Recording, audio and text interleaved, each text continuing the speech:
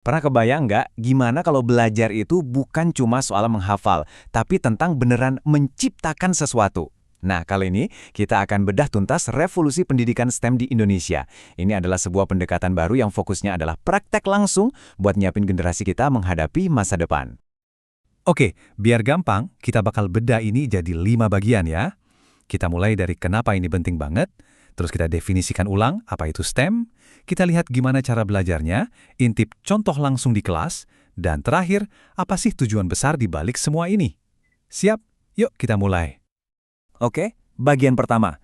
Mari kita jawab pertanyaan yang paling mendasar. Kenapa sih kita butuh perubahan ini? Kenapa harus sekarang? Disinilah letak urgensinya. Coba deh kita pikirin bareng-bareng. Dunia di luar sana kan perubahannya cepat banget ya. Tantangannya juga makin rumit. Ada perubahan iklim, ekonomi yang nggak bisa ditebak, sumber daya yang makin terbatas. Pertanyaannya, apakah cara belajar yang lama masih cukup buat nyiapin anak-anak kita? Nah, ini dia pergeseran mindsetnya. Tujuannya itu bukan lagi sekedar nyetak anak-anak yang siap kerja, tapi membentuk sebuah generasi yang bisa ngelihat masalah di sekitar mereka. Masalah sosial, lingkungan, ekonomi. Lalu mereka nggak cuma ngeluh, tapi bilang, oke, saya punya ide buat nyelesain ini. Jadi apa sih sebenarnya STEM dalam konteks baru ini? Penting banget nih buat kita pahami, karena ini bukan sekedar sains, teknologi, engineering, dan matematika yang diajarin sendiri-sendiri. Ini jauh lebih dari itu.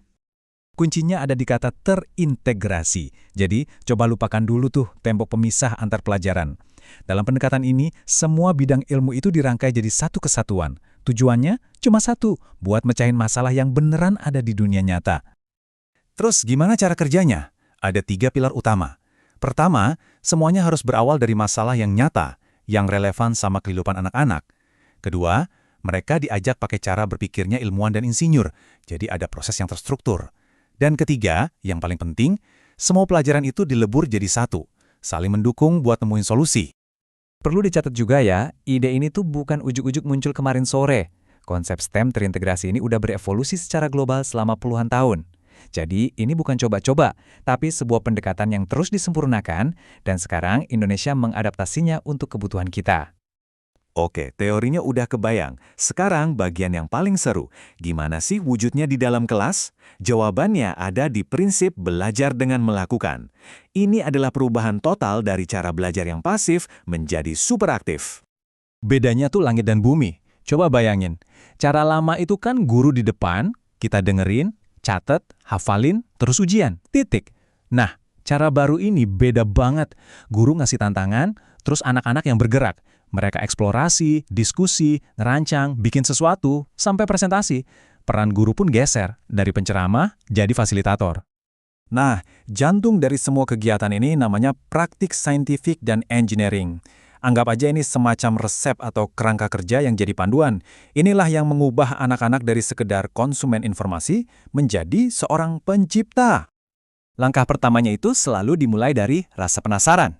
Dari pertanyaan, apa sih masalahnya? Kenapa ini penting buat kita? Gimana ya solusinya? Jadi fokusnya bukan langsung lompat ke jawaban, tapi benar-benar memahami masalahnya dulu. Kalau masalahnya udah jelas dan idenya udah mulai ada, baru deh masuk ke tahap desain. Disinilah imajinasi dan kreativitas mereka benar-benar bekerja.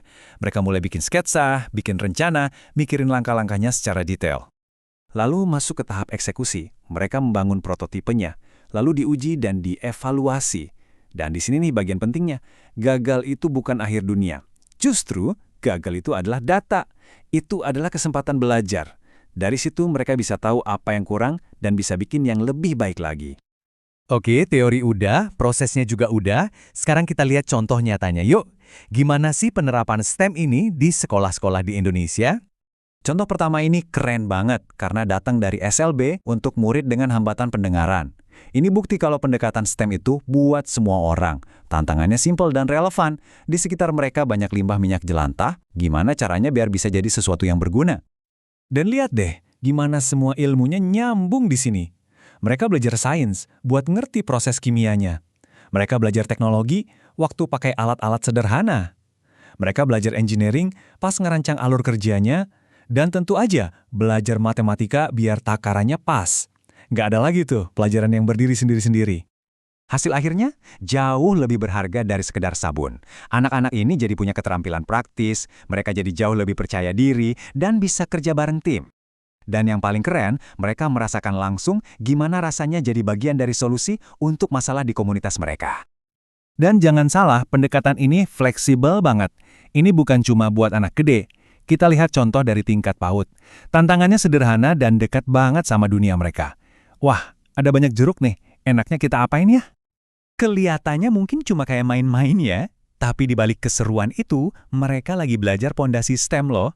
Mereka belajar sains pas ngamatin jeruk, belajar engineering pas coba-coba bikin jus, belajar matematika pas ngitung jeruknya, dan bahkan belajar komunikasi pas cerita soal hasil jus buatan mereka. Akhirnya, kita sampai di bagian paling akhir dan paling penting. Setelah melihat semua ini, kita kembali ke pertanyaan besar. Untuk apa semua ini dilakukan? Apa tujuan akhirnya? Jawabannya cuma satu, membangun generasi pemecah masalah. Ini dia profil lulusan yang jadi tujuannya. Bukan lagi sekedar orang yang jago secara akademis, tapi mereka yang bisa berpikir kritis, kreatif, bisa kerja bareng orang lain, punya inisiatif, dan yang paling penting, peduli sama lingkungan dan komunitasnya. Inilah skill yang sesungguhnya kita butuhkan. Ujung-ujungnya, semua usaha, semua perubahan ini tujuannya cuma satu, untuk membangun satu generasi yang baru, satu generasi pemecah masalah. Jadi, saya mau tutup pembahasan kita kali ini dengan sebuah renungan. Kalau hari ini kita berhasil membekali anak-anak kita dengan kemampuan dan cara berpikir seperti ini, coba bayangkan, tantangan besar apa yang akan mereka selesaikan untuk Indonesia di masa yang akan datang.